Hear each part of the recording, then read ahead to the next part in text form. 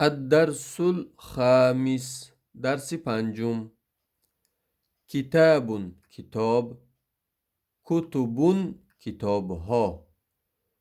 دفتر، دفتر. دفاتر، دفترها.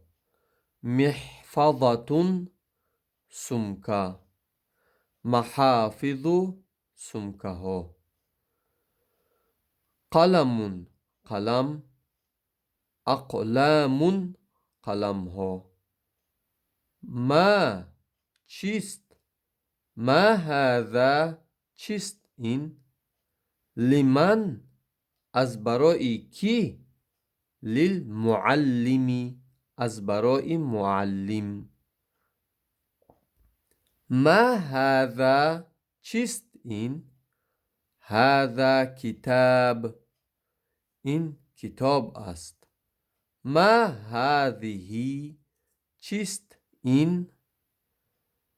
هذه محفظة، این سمکه است.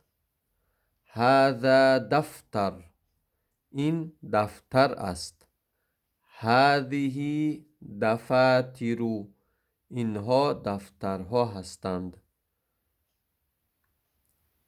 هذا الکتاب کبیر، این کتاب کلان است. هذه الکتب کبیرة، این کتابها کلان هستند. هذا الدفتر صغیر، این دفتر خرد است، میده است. هذه الدفاتر صغیرة، این دفترها میده هستند. هذا القلم طویل، این قلم دراز است. هذه الاقلام طویله، این قلم ها دراز هستند. لمن هذا الکتاب، از برای کیست این کتاب؟ للمعلم، از برای معلم. لمن هذا الدفتر، از برای کیست این دفتر؟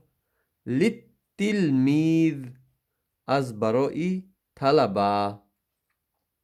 لمن هذه المحفظة، از برای کیست این سمکه؟